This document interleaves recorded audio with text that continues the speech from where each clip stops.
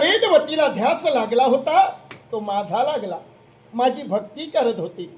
आणि एक दिवस काय घडलं, माझ्या भक्तीत असताना लंकाधीश रावण, त्या रावणाची नजर वेदवतीकडे गेली.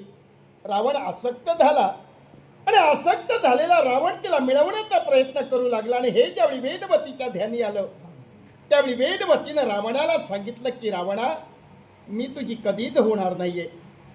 तुझ्यापासून रक्षण होण्यासाठी आता मी अग्निदुडी घेणार आहे. पण अग्निदुडी घेण्या अगोदर रावणाला तिनं शाप दिला की रावणा, तुझ्या मृत्यूला कारणी वेदवती ठरेल.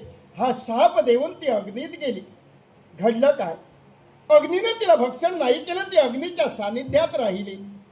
आणि ज्यावेळी अग्नीच्या सानिध्यात ती असताना, हे लक्ष्मी, तू म्हणजे सीतेनं अग्निदुडी घेतली, ही संधी तिनं साधिली आणि तुझी छाया बनून